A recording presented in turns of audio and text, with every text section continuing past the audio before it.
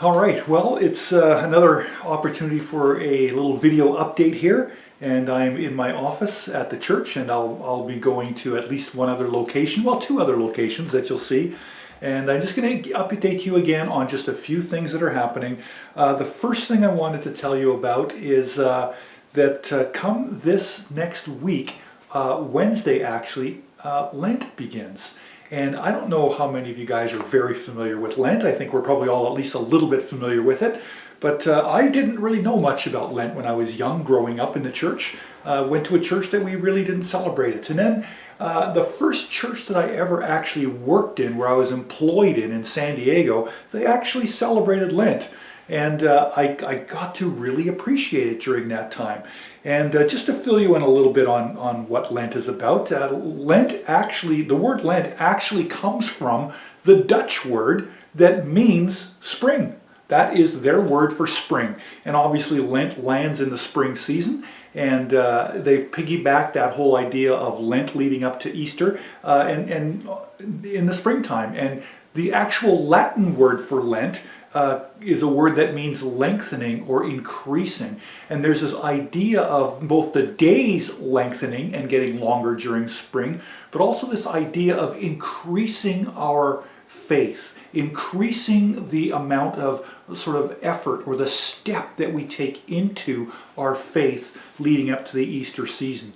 So the church that I was in, based on those traditions, the church that I was in San Diego, they celebrated Lent, and they encouraged two things. They didn't make it very rigorous, or it wasn't an absolute thing at all. It was just something to celebrate, an opportunity to step into some things. And the first thing that they encouraged us to do was, first of all, do some level of a spiritual fast. It could be a fast from food, it could be a fast from certain foods, it could be a fast from television or screen time, or fast from sweets or whatever. Something that you give up that allows a little bit more time and space in your life to focus on, now this is the second thing, on a spiritual discipline. So give up something and use that giving up of something that's often habitual in our lives, dessert or whatever, and then to take on something to replace that with something that would be a spiritual discipline, and allow the giving up of whatever it is we give up to sort of remind us to keep stepping into that spiritual discipline for 40 days. And this, of course, corresponds to the 40 days that Jesus spent in the wilderness prior to his launching of his own ministry. So it's just a deepening of our sort of focus on spiritual things. And I got to tell you that during Lent over the years, I have given up some things that I let go of pretty much permanently. Things that I didn't really need, things that were sort of accessories in my life that were maybe taking up more time than I really wanted them to be. And it helped get them in both in control and in some cases even to let go of them altogether. And it also helped me pick up some disciplines that I had always wanted to pick up but was having a hard time picking up. So Lent has actually been a very good experience for me. And as we are heading into or continuing into this 100 days of prayer, maybe Lent can sort of be a re-emphasis for us, sort of a relaunch or a refocus for us to lean into those 100 days of prayer that we're committing ourselves to as a church. So not that I would want it to be a rigorous or regimented or legalistic thing ever at all, but this is a tradition that comes from an awful lot of church backgrounds. I grew up in the Christian Reformed Church at very young, and it's a tradition there. It's a tradition in the Lutheran Church. It's a tradition in the Anglican Church, and of course it's a tradition in the Catholic Church as well. So it's pretty broad-based, and it's just, again, an opportunity for us to maybe refocus our prayer efforts, maybe let go of something that, and then step into some level of fasting that's going to help remind us to stay in that prayer, and then to just press harder into the prayer that we know we need to be a part of. All right? So that's just my first point. Now I'm going to take you over to the other end of the church and take a look at our prayer wall and see what we have on there. All right?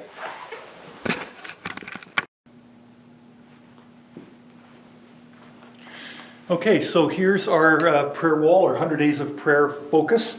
And there's a number of requests on here. And if you listened to last Sunday's sermon, you will know, of course, that I sort of called us into a second phase of prayer. And really, the focus of this next phase of prayer would be to pray for our community and also for our church. All right, and I asked specifically that we could pray for the future of our church. Again, we're in this transitional period where our hope is, our goal is to set up really the next 10 years, at least, of ministry of the life of this church. So what I'm asking you to pray into is specifically to ask God to give you some thoughts, some vision, some ideas, some purpose for the next 10 years of the life of this church. So to help do that, I suggested we imagine what this church would look like in 10 years from now if we took significant steps towards fulfilling the things that we believe God calls us to as a church.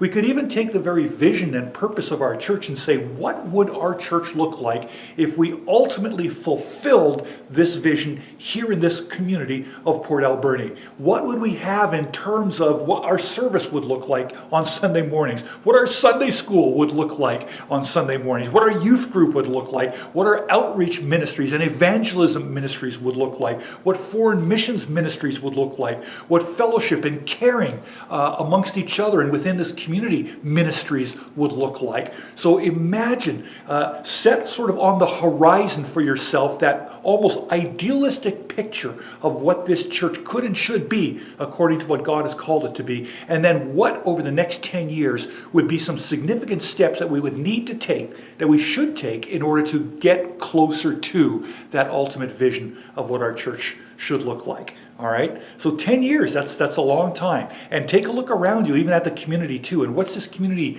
headed for in the next 10 years? And how can we minister to it in that future in the next 10 years as the community grows? And as we see, frankly, a level of spiritual need grow within this community. How can we be a part of addressing it? And then pray for the community itself. Pray for the challenges within this community, the difficulties within this community. Pray for and cast your mind into and maybe even go to, walk through, drive through some of the dark places in this community, the challenging places in this community, and pray. Pray on behalf of the city to our God. And you can see, if you do come in and take a look at our prayer wall here, our prayer board, you can see that there's now a number of prayer requests for various leaders in the community, leaders in our province and country, as well as just different ministries that are happening within the city. So it gives you a lot of city-focused sort of things to pray towards as well. All right? So that's sort of the next phase of prayer effort that we want to dig into over the next 100 days. All right?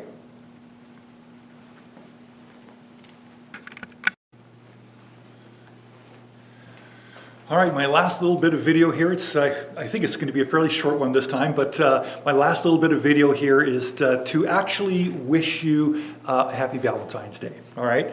And I do that because this next little shot that you're going to show, I'm going to split from here and go to a final little shot, is of some love that was prepared by many people in this church to send out to the rest of the body of our church in terms of love, in terms of calories, love in terms of cookies.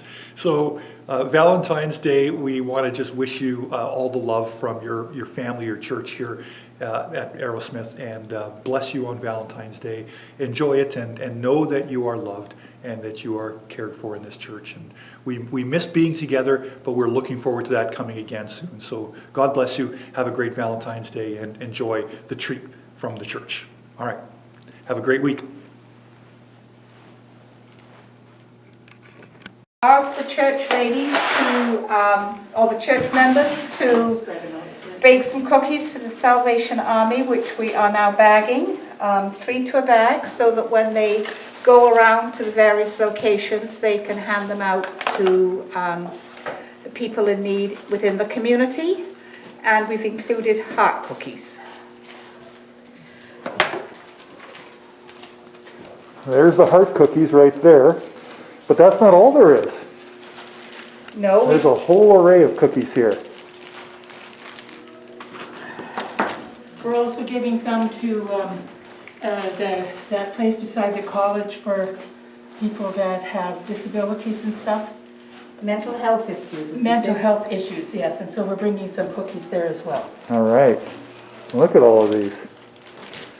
I need a heart. Last time we had over 400 bags of cookies. We had 1,200 cookies, that was it.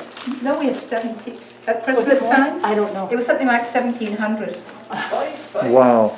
The people of the church and friends are very generous. They are indeed. And it shows they really care. They care with what's going on with our people in the community. Yes. Yeah.